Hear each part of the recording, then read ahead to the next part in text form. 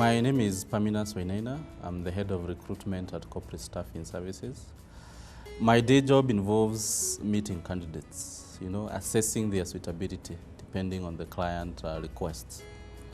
So during the course of the interview, I will normally ask a candidate, what achievements have you had? And whether you're a fresh graduate or you have 10 or 15 years of experience, it's always important to have achievements. Now, it's very common when I'm interviewing candidates for some of them to tell me, I've been able to attain an MBA, I've completed CPA, KE, all those kind of achievements that are more or less personal. Well, I'm here to tell you that that doesn't qualify as an achievement. Whenever you're talking of achievement, it's something you did over and above what was expected of you as an employee and in a work situation. So if you are, for example, employed to, let's say, I'll give a good example. Let's say you're an accountant. Your work is to oversee audits, to make sure the KRA returns are made on time and all that. So indicating that is not really an achievement because that is part of your job description. However, if you tell me that you are hired as an accountant for this firm which had not kept proper books of accounts, and that KRA had been there, demanding for them to pay some money, with some penalties added there, and that you came, and through your diligence, through you working extra hours, you were able to put the accounts in order, and actually, because of your effort, reduced the claim that KRA had on the company. That would count as an achievement because you went out of your way. It was not normal.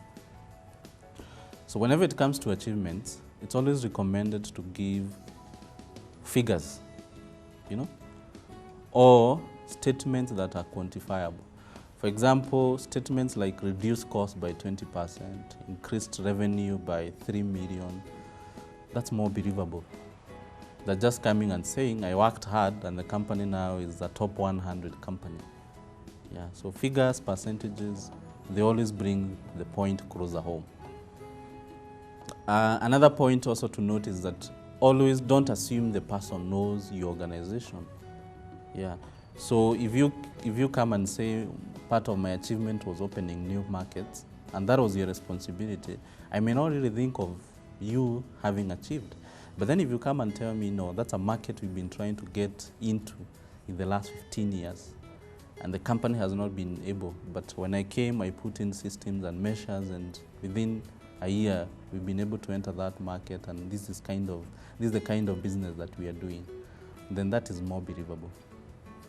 So when you're answering the kind of achievements you've had, forget about those personal achievements. Yes, they're important to you, but they are not going to help an employer so much and they don't make you unique as a candidate. Because if you come and tell me you've recently graduated with an MBA and you're 24-year-olds, probably if I put an advert with those specifications, I'll probably get over 100 applicants fitting the same criteria.